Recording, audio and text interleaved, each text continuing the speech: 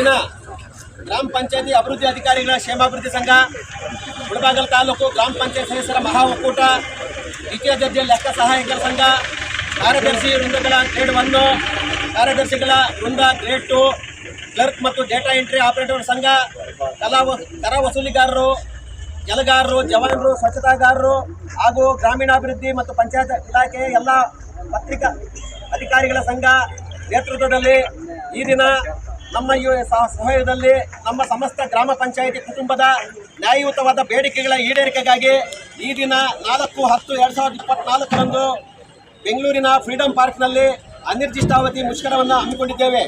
ಈ ಅನಿರ್ದಿಷ್ಟಾವಧಿ ಮುಷ್ಕರಕ್ಕೆ ತಾಲೂಕಿನ 30 ಗ್ರಾಮ ಪಂಚಾಯಿತಿಗಳಿಂದ ಗೌರವಾನ್ವಿತ ಪಂಚಾಯತಿ ಅಭಿವೃದ್ಧಿ ಅಧಿಕಾರಿಗಳು, ಗೌರವಾನ್ವಿತ ಅಧ್ಯಕ್ಷರು, ಉಪಾಧ್ಯಕ್ಷರು, ಸದಸ್ಯರು ಮತ್ತು ಪಂಚಾಯಿತಿಯ ಸಿಬ್ಬಂದಿ ವರ್ಗ ಮತ್ತು ಎಲ್ಲರೂ ಬಂದಿದ್ದಾರೆ.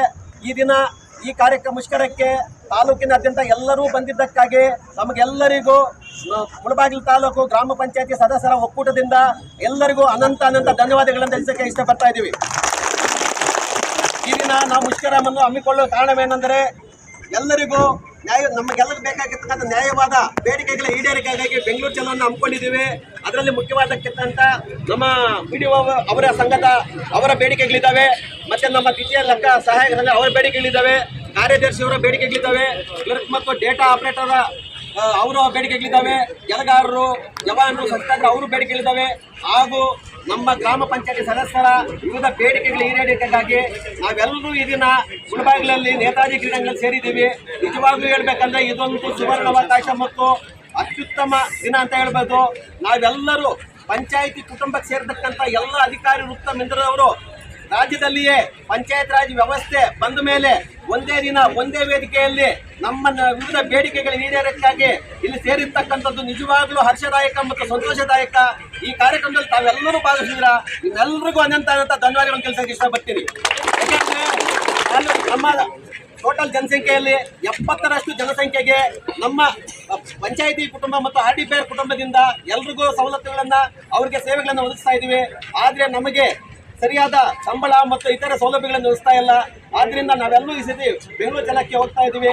ನಮ್ಮ ಗ್ರಾಮ ಪಂಚಾಯತಿ ಸದಸ್ಯರ ಬೇಡಿಕೆಗಳೇನೆಂದರೆ ಜವಾಬ್ದಾರಿ ನಕ್ಷೆ ಮಾಡಿ ಜಾರಿಗೆಗೊಳಿಸಬೇಕು ಅಂತ ಮೊದಲೇ ಕಂಡೀಷನ್ನು, ಮತ್ತು ಎರಡನೇದು ಕಚೇರಿಯಲ್ಲಿ ಕಾರ್ಯನಿರ್ವಹಿಸಲು ನಿರ್ವಹಣಾ ಕೈಪಿಡಿಯನ್ನು ರಚಿಸಿ ಅದನ್ನ ಜಾರಿಗೆ ತರಬೇಕು ಅಂತ ಹೇಳ್ತಿದ್ವಿ. ಅದೇ ರೀತಿಯಾಗಿ ಪಂಚಾಯತಿ ವ್ಯವಸ್ಥೆಗಳಲ್ಲಿ ಸ್ಥಾಯಿ ಸಮಿತಿಗಳು ಕೆಲಸ ಮಾಡ್ತಾ ಇಲ್ಲ, ಅಧಿಕಾರಿಗಳು ಗ್ರಾಮ ಪಂಚಾಯತ್ ವ್ಯವಸ್ಥೆಗೆ ಬಂದು ಅಲ್ಲಿ ಕಷ್ಟ ನಷ್ಟಗಳಲ್ಲಿ ಪಾಲ್ಗೊಳ್ತಾ ಇಲ್ಲ. ಅದಕ್ಕೆ ಅದು ಕಾನೂನುಬದ್ಧವಾಗಿ ಶಾಸನಬದ್ಧವಾಗಿ ನಮ್ಮ ಸ್ಥಾಯಿ ಸಮಿತಿಗಳು ನಡೆಯಲು ಆದೇಶ ಮಾಡಬೇಕು.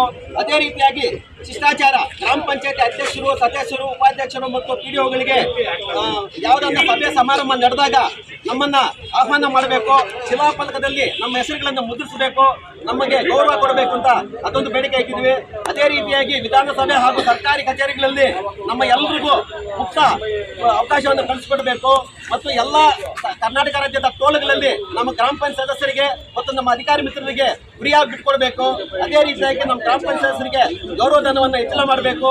ಕೇರಳ ಮಾದರಿಯಂತೆ ಅಧ್ಯಕ್ಷರಿಗೆ 15,000, ಉಪಾಧ್ಯಕ್ಷರಿಗೆ 12,000, ಸದಸ್ಯರಿಗೆ 10,000ಗಳಿಗೆ ಏರಿಸಬೇಕೆಂದು ಕೇಳ್ತಾ ಇದ್ದೀವಿ.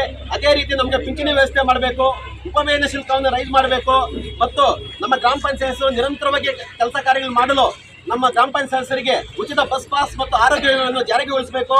ಗ್ರಾಮ ಪಂಚಾಯತ್ ಸದಸ್ಯರಿಗೆ ಇನ್ನೂ ಅನೇಕ ಆರೋಗ್ಯ ವಿಮೆ ಮಾಡಿಸಬೇಕು ಹಾಗೂ ಪಂಚಾಯತ್ ರಾಜ್ ಸಂಸ್ಥೆಗಳಿಗೆ ಅರ್ಥಪೂರ್ಣವಾದ ಒಂದು ಲಾಂಛನವನ್ನು ಮಾಡಿ ನಮ್ಮ ಎಲ್ಲ ಪಂಚಾಯತ್ ಕುಟುಂಬಕ್ಕೆ ಒಂದು ಗೌರವ ನೀಡಬೇಕೆಂದು ಇನ್ನೂ ಅನೇಕ 28 ಬೇಡಿಕೆಗಳ ಈಡೇರಿಕೆಗಾಗಿ ಈ ದಿನ ಮುಳಬಾಗಿಲು ತಾಲೂಕಿನ ಸಮಸ್ತ ಗೌರವಾನ್ವಿತ ಎಲ್ಲ ಪಂಚಾಯತಿ ಕುಟುಂಬದವರಿಂದ ಬೆಂಗಳೂರು ಚಲೋ ಕಾರ್ಯಕ್ರಮದಿವೆ. ಇದಕ್ಕೆ ಎಲ್ಲರೂ ಸಹಕಾರ ನೀಡಿದ್ದಾರೆ. ನಿಜವಾಗ್ಲೂ ಅವರಿಗೆ ನಾವೆಲ್ಲರೂ ಚಿರುಋಣಿ ಆಗಿದ್ದೀವಿ. ಸುಮಾರು 400-500 ಜನ ಸದಸ್ಯರು RDP ಕುಟುಂಬದವರು, ಪಂಚಾಯತಿ ಅಭಿವೃದ್ಧಿ ಅಧಿಕಾರಿಗಳು, ನಮ್ಮ ಸಿಬ್ಬಂದಿ ವರ್ಗ ಎಲ್ಲ ಸೇರಿದ್ದಾರೆ.